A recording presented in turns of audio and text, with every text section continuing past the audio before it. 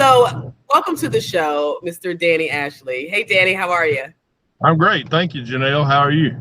Doing great, doing great. And I'm so happy that you are here and that we're able to talk with you about your race. So first, can you tell me, what is crime like in Mitchell County?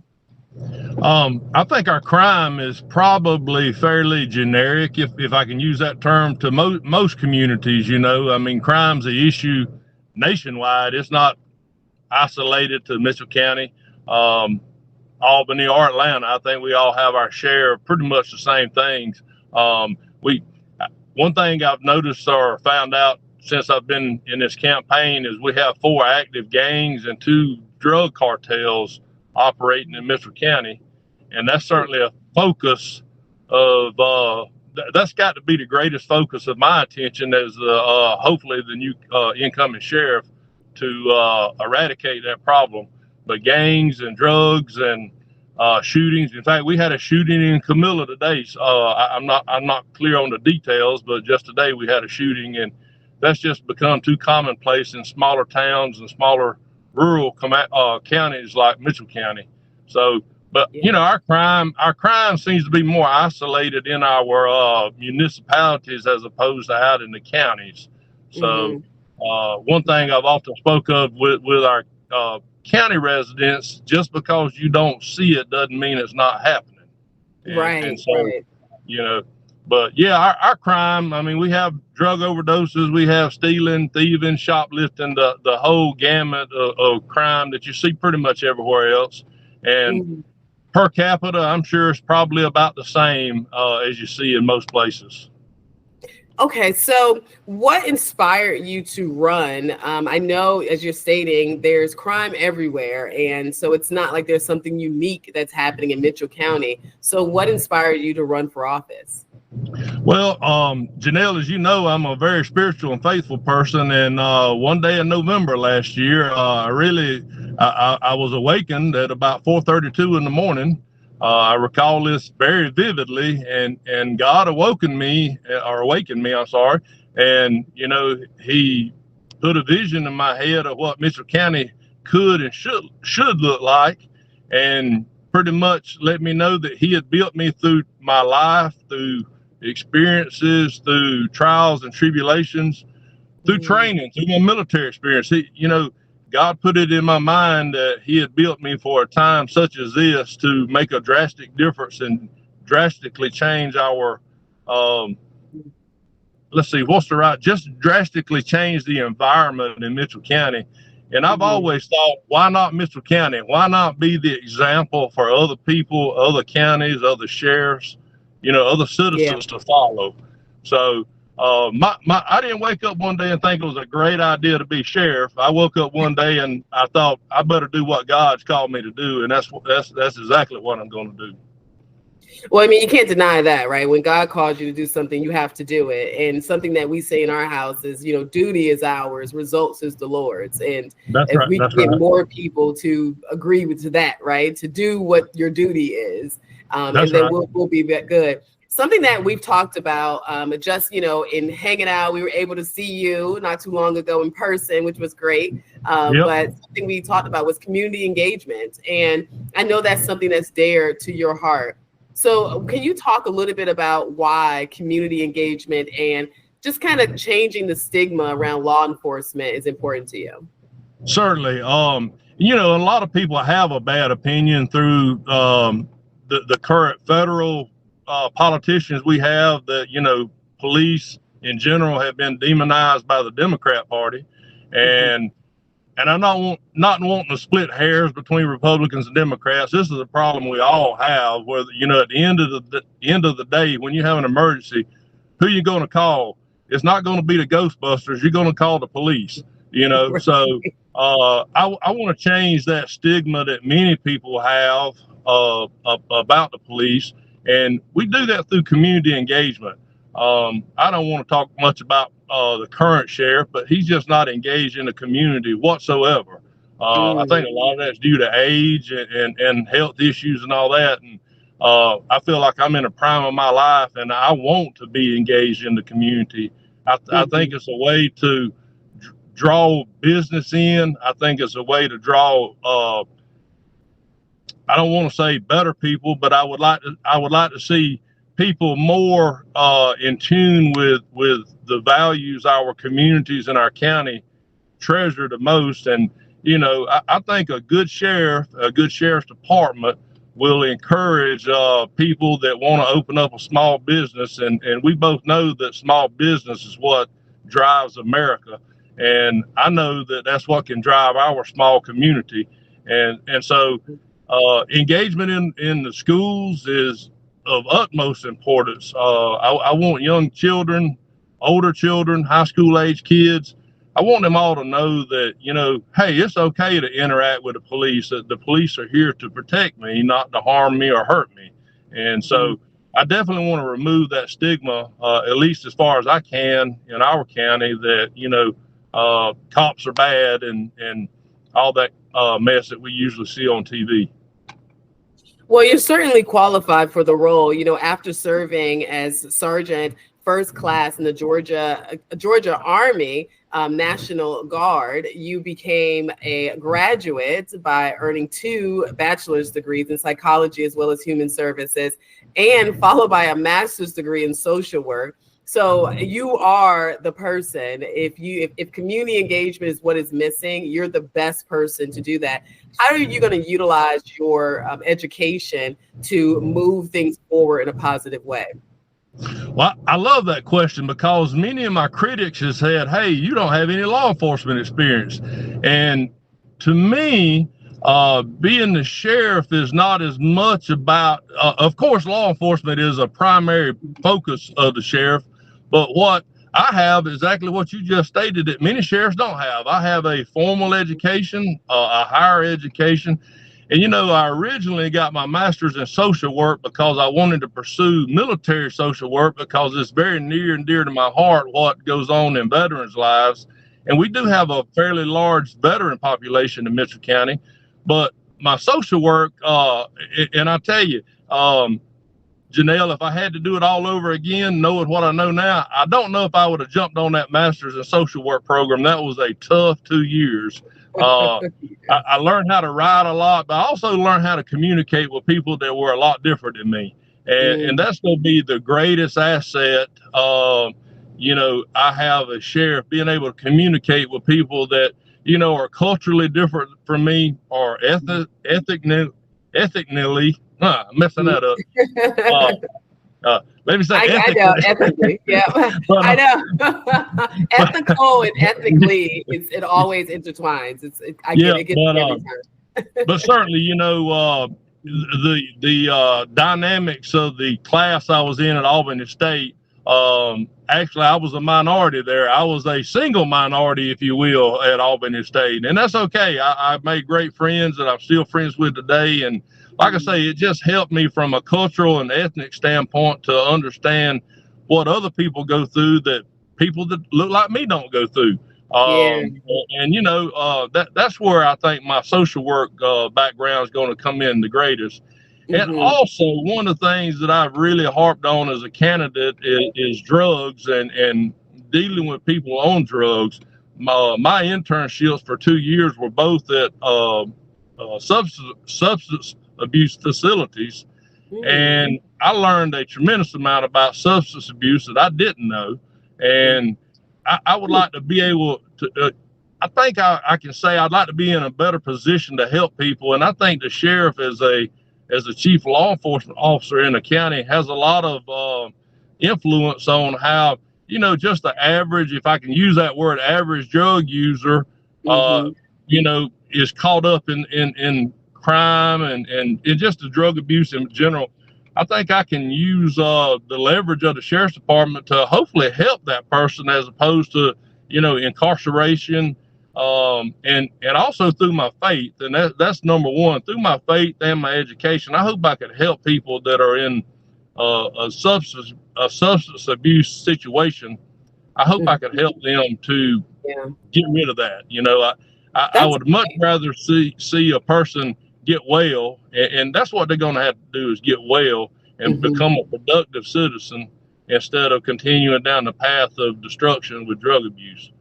I mean, I think it's safe to say that majority of the people that you'll be working with from the crime side are probably those who have substance abuses and those who are in need of some form of help outside of just being imprisoned. And having that type of understanding goes a long way. I mean, the things you hear the most is that there are police officers who don't know how to manage people with mental health issues, or they don't understand community relations. And those are two areas that you have expertise in. So I think that goes a long way. I think people should look at that as a plus when it comes to who's going to be your sheriff. That being said, prison ministry, I know that's something that's also important to you. So could you just share with me some of your ideas around the jail and introducing kind of some ministry there? Sure. Currently, there is a lady that does a ministry with the female inmates at Mitchell County Detention Center.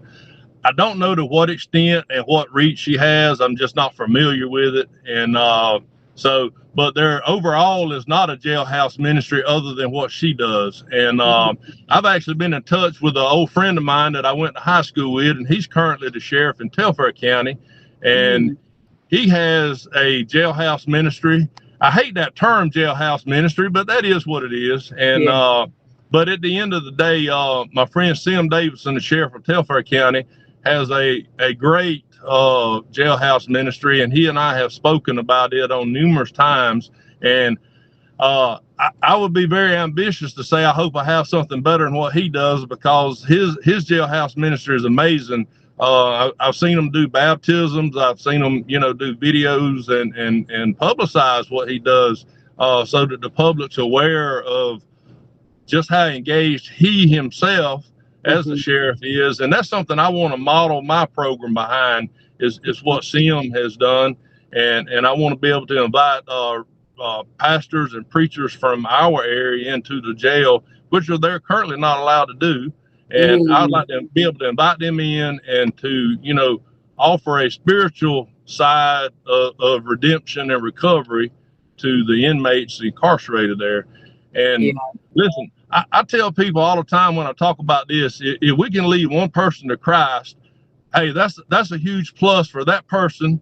That's a huge plus for that person's family. And guess who else wins? The taxpayer wins, because we don't see that person incarcerated again. So there's a huge upside to helping people find Jesus.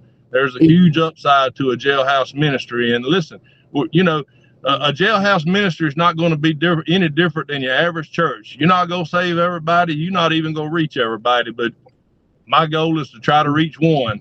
And if we can reach one, we can reach another one. And absolutely. I mean, having a spiritual component is key, right? I mean, if you look at any addiction recovery plan, they advocate for having some type of spiritual component or faith connected to your recovery, because you can't do it alone. And so I do think that's a great idea as well. School safety, you mentioned that's something that's really, really important to you. What are some steps that you would like to take in order to help address that? Because the school shootings is just, I remember when I was in school, Columbine was the big thing, but it was such a huge story because it didn't happen so often. So what are we seeing now that this has become a top priority due to the increase in school shootings? Sure. Janelle, that tells you the difference in our age. When Columbine occurred, all the way back to when I was in school, we actually rode to school with our rifles on a gun rack, because many of us went hunting before and after school and stuff like that. And nobody thought anything of it. But, so we live in a different world today where life is not valued. And that's probably the number one problem I see in our society, is life, just the life in general. People's lives are not valued whatsoever, even among family members. I mean, but in regards to school, I would like to use the position of sheriff to, one, increase the value of life, and that may sound crazy, but to teach young people that our lives, once a life is taken, you can't get it back. Right. Whether it's your friend or your mama or your little brother, whoever it may be. And so in regards to school, one, I would like school safety to start with just trying to teach children and the older kids, high school kids and so forth, teach them that life has a value to it. You know, that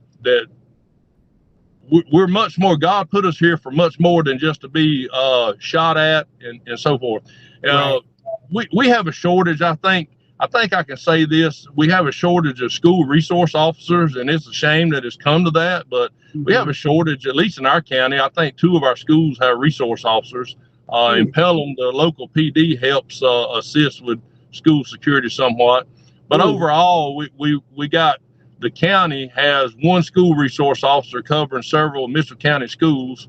And then the Baconton Charter School this year, they did get the funding for 1 year for a school resource officer.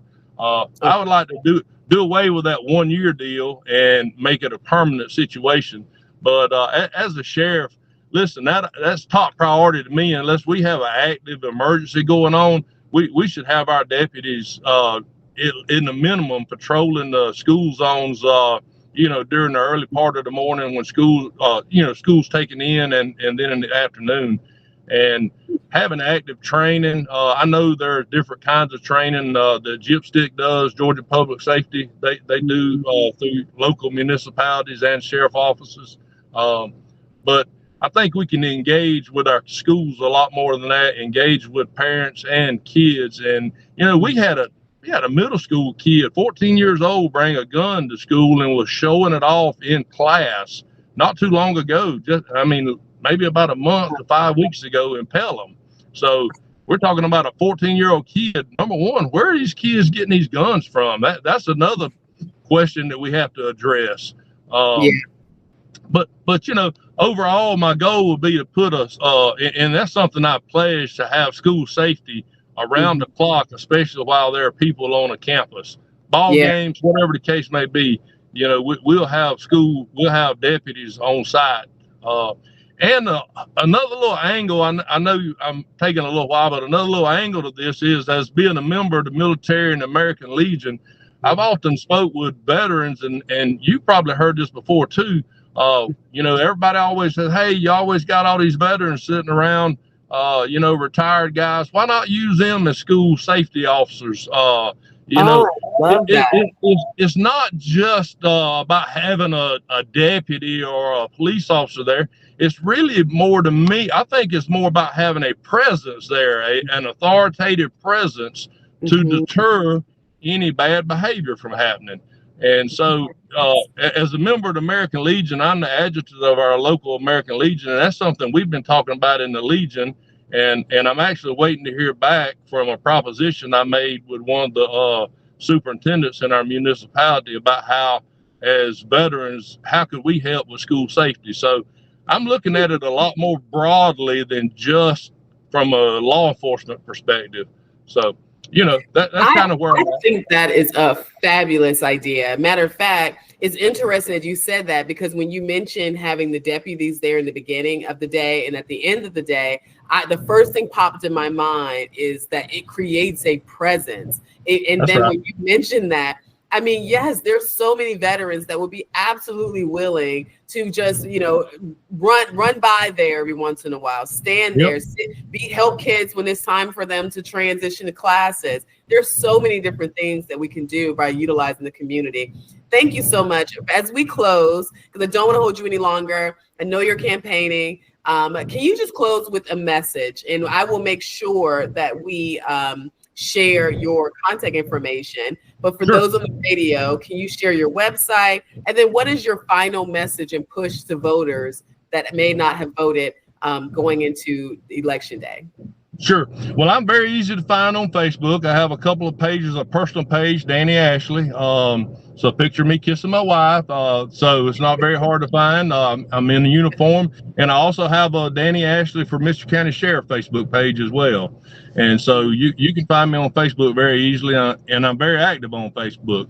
And to piggyback one quick little thing too, about the veterans helping in school, Janelle, there's a whole other aspect of that as a social worker, it gives veterans something to do too. If you think about it, many of our veterans that commit suicide and have, just all kind of mental health problems, some of those mental health problems can be mitigated by just having something to do. And so when you give a veteran some purpose, they become a whole new person. So I look at it as a two-way street, the school benefits and the veteran benefits and our community benefits. So in closing, my goal is to make every other county in the state of Georgia jealous of Mitchell County. I want there to be 158 counties that want to be like Mitchell County, and that's going to be the safest county in Georgia, the most prosperous county, and the county where everybody wants to come live and work and raise their children and send them to school. That's what my goal is as the sheriff of Mitchell County. And I believe as a sheriff, I have every bit of influence in making that happen.